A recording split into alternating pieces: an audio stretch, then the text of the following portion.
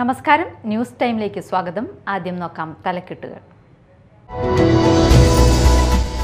കുതിരാനിലെ ജനവാസ മേഖലയിൽ വീണ്ടും കാട്ടാന ഇറങ്ങിയതോടെ പ്രദേശവാസികൾ ഭീതിയിൽ.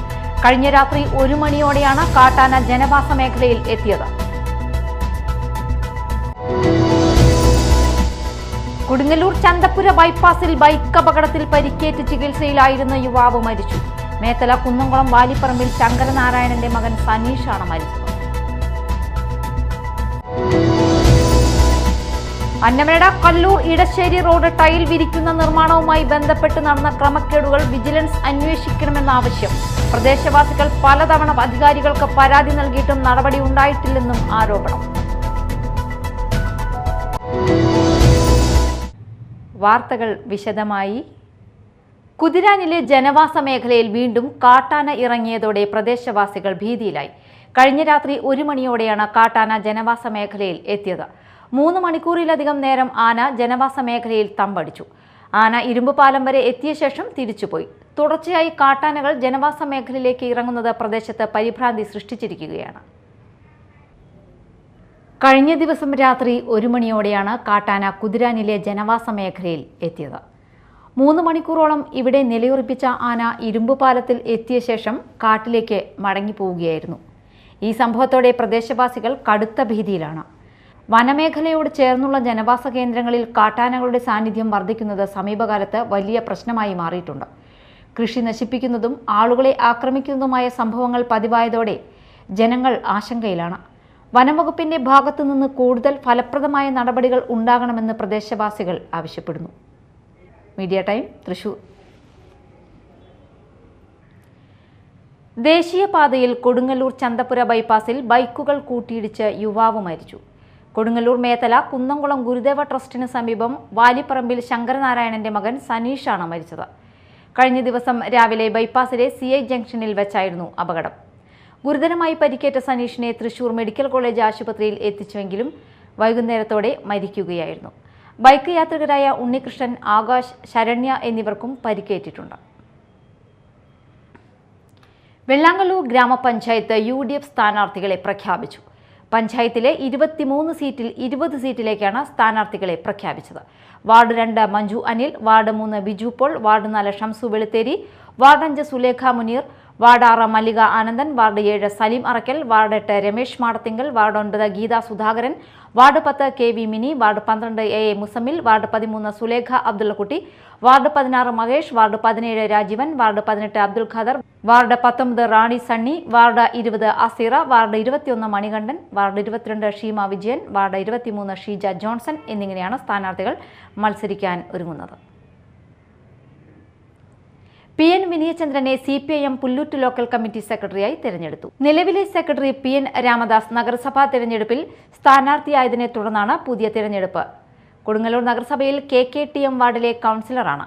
കേരള പ്രവാസി സംഘം ഏരിയ സെക്രട്ടറി, കേരള കർഷക സംഘം വില്ലേജ് സെക്രട്ടറി, കൊടുങ്ങല്ലൂർ ടൗൺ പ്രവാസി ക്ഷേമ സഹകരണ സംഘം പ്രസിഡന്റ് എന്നീ നിലകളിൽ പ്രവർത്തിച്ചുകൊണ്ടിരിക്കുകയാണ്. ലോക്കൽ കമ്മിറ്റി യോഗത്തിൽ area secretary Mushtaq Ali, PN Ramadas, KM Mohanan, NS Jayan എന്നിവർ സംസാരിച്ചു. അന്നമനട ഗ്രാമപഞ്ചായത്തിലെ കല്ലൂർ ഇടശ്ശേരി റോഡ് ടൈൽ വിരിക്കുന്ന നിർമ്മാണവുമായി ബന്ധപ്പെട്ട് നടന്ന ക്രമക്കേടുകൾ വിജിലൻസ് അന്വേഷിക്കണമെന്ന് സാമൂഹ്യ പ്രവർത്തകനായ EK അനിലൻ പത്രസമ്മേളനത്തിലൂടെ ആവശ്യപ്പെട്ടു. നിർമ്മാണത്തിലെ അപാകതകൾ ചൂണ്ടിക്കാട്ടി പ്രദേശവാസികൾ പലതവണ അധികാരികൾക്ക് പരാതി നൽകിയിട്ടും നടപടി ഉണ്ടായിട്ടില്ല. അഴിമതിക്കാരനായ വ്യക്തിയെ സംരക്ഷിക്കുന്ന നിലപാടെടുത്ത മുൻ ജില്ലാ സെക്രട്ടറിയുടെ നടപടിയെക്കുറിച്ച് പാർട്ടി സംസ്ഥാന നേതൃത്വം അന്വേഷിക്കണമെന്നും അനിലൻ ആവശ്യപ്പെട്ടു. 2021 ഏപ്രിൽ മാസത്തിൽ 100 മീറ്റർ റോഡ് കല്ലുചന്തയുടെ ആ റോഡ് ആരംഭിക്കുന്ന സ്ഥലങ്ങളിൽ 100 മീറ്റർ ടൈലിട്ട് നവീകരിച്ചതാണ്. പിന്നീട് 1 വർഷത്തിനുള്ളിൽ 2 പ്രാവശ്യം ആ റോഡ് പൊളിച്ചു പണിതു. ഇത് കഴിഞ്ഞ് വീണ്ടും പരാതിയുമായി വലിയ പ്രശ്നമായി കഴിഞ്ഞപ്പോൾ ആ റോഡ് പുതുക്കി പണിയാൻ പറ്റാതെ വന്നപ്പോൾ ഈ 2024 നവംബറിൽ ഹാർബർ എഞ്ചിനീയറിംഗ് വകുപ്പ് ആ റോഡ് ടൈലിട്ട് നവീകരിക്കാൻ തീരുമാനിച്ചു. ചേറ്റുവ സബ് ഡിവിഷനാണ് അതിൻ്റെ വർക്ക് ചെയ്യുന്നത്. ആ പ്രദേശവാസികൾ കളക്ടർക്ക്, പഞ്ചായത്ത് പ്രസിഡന്റിന്, തദ്ദേശ സ്വയംഭരണ വകുപ്പ് മന്ത്രിക്ക്, ഹാർബർ എഞ്ചിനീയറിംഗ് വകുപ്പ് മന്ത്രിക്ക് അങ്ങനെ നിരവധി സ്ഥലത്ത് പരാതി കൊടുത്തിട്ടും ഒരു സ്ഥലത്തുനിന്നും അനുകൂലമായ ഒരു നടപടി ഉണ്ടായില്ല. അങ്ങനെ അവസാനം 80-ലധികം ആൾക്കാർ ഒപ്പിട്ട് തൃശ്ശൂർ വിജിലൻസ് DYSPക്ക് പരാതി കൊടുത്തു. കൊടുങ്ങല്ലൂർ നഗരസഭാ തെരഞ്ഞെടുപ്പിൽ സ്ഥാനാർത്ഥികളുടെ ആദ്യഘട്ട പട്ടിക പുറത്തിറക്കി BJP. 26 സീറ്റുകളിലേക്കുള്ള സ്ഥാനാർത്ഥികളുടെ പട്ടികയാണ് ആദ്യഘട്ടത്തിൽ BJP ജില്ലാ പ്രസിഡന്റ് AR ശ്രീകുമാർ പ്രഖ്യാപിച്ചത്.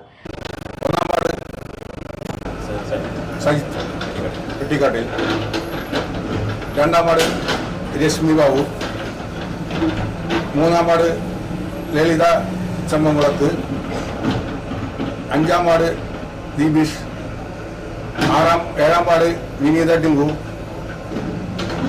11-ാം വാർഡ് സ്മിത രാജശേഖരൻ, 12-ാം വാർഡ് രഞ്ജിത്ത് KV, 13-ാം വാർഡ് ON ജയദേവൻ, 14-ാം വാർഡ് രേഷ്മ പ്രമോദ്, 15-ാം വാർഡ് രജിത രാജീവ്, 17-ാം വാർഡ് രേഖ സൽപ്രകാശ്, 18-ാം വാർഡ് മിനി രാധാകൃഷ്ണൻ, 19-ാം വാർഡ് ശിവജി നെടുമുടി, 20-ാം വാർഡ് അജിത് ബാബു, 22-ാം വാർഡ് ശ്രീദേവി, 22-ാം വാർഡ് ശ്രീകല, 31-ാം വാർഡ് സുബിത ഹരി, 32-ാം വാർഡ് അരുൺ നെല്ലിപ്പറമ്പത്ത്, 36-ാം വാർഡ് രാധിക അജിത് കുമാർ, 37-ാം വാർഡ് സ്മിത ആനന്ദൻ, 37-ാം വാർഡ് പ്രജീഷ് ചളിയിൽ, 42-ാം വാർഡ് ദീപ രാജേന്ദ്രൻ, 43-ാം വാർഡ് ഗീത റാണി, 44-ാം വാർഡ് പ്രദീപ് CD, 45-ാം വാർഡ് ധന്യ ഷൈൻ, 46-ാം വാർഡ് സന്തോഷ് PR. ആദ്യഘട്ട സ്ഥാനാർത്ഥി പട്ടികയാണ് നമ്മളിവിടെ പ്രഖ്യാപിച്ചിട്ടുള്ളത്. ബാക്കിയുള്ള വാർഡുകളിലെ പട്ടിക ഉടൻ പുറത്തിറക്കുമെന്ന് അദ്ദേഹം പറഞ്ഞു. കാലാവധി കഴിഞ്ഞ നഗരസഭാ കൗൺസിലിലെ പൊതുമരാമത്ത് standing committee chairman ON Jayadevan, BJP മണ്ഡലം സെക്രട്ടറി പ്രജീഷ് ചള്ളിയിൽ, മഹിളാ മോർച്ച നേതാവും കൗൺസിലറുമായ രശ്മി ബാബു ഉൾപ്പെടെയുള്ളവർ ആദ്യ പട്ടികയിൽ ഉണ്ട്. ഇതിൽ 8 പേർ നിലവിലുള്ള കൗൺസിലർമാരാണ്. പ്രതിപക്ഷ നേതാവ് TS സജീവൻ ഉൾപ്പെടെയുള്ളവർ അടുത്ത ലിസ്റ്റിൽ ഉണ്ടാകുമെന്നാണ് സൂചന. BJP സൗത്ത് ജില്ലാ president AR Sreekumar, advocate MA Vinod, general secretary KP Unnikrishnan, മണ്ഡലം പ്രസിഡന്റ് ER ജിതേഷ് തുടങ്ങിയവർ സ്ഥാനാർത്ഥി പ്രഖ്യാപന ചടങ്ങിൽ പങ്കെടുത്തു. പ്രധാന വാർത്തകൾ ഒരിക്കൽ കൂടി.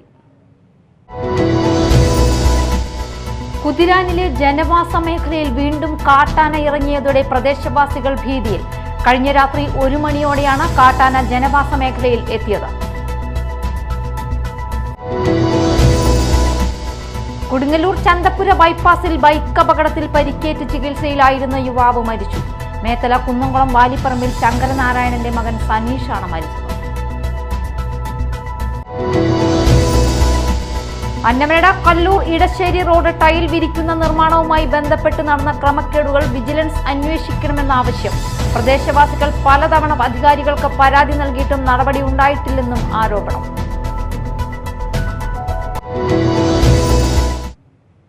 ഇതോടെ ന്യൂസ് ടൈം സമാപിച്ചു. നമസ്കാരം.